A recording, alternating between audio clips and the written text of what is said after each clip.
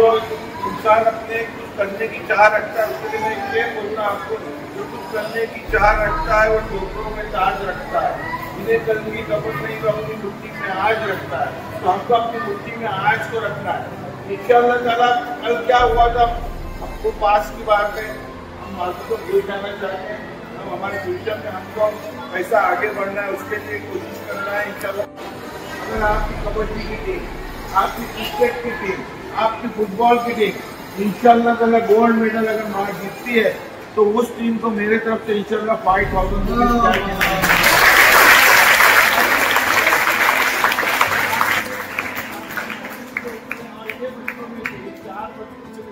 बच्चे ने भी गोल्ड मेडल जीता, गोल्ड लाया, तो उसको भी मैं 2,000 रुपये का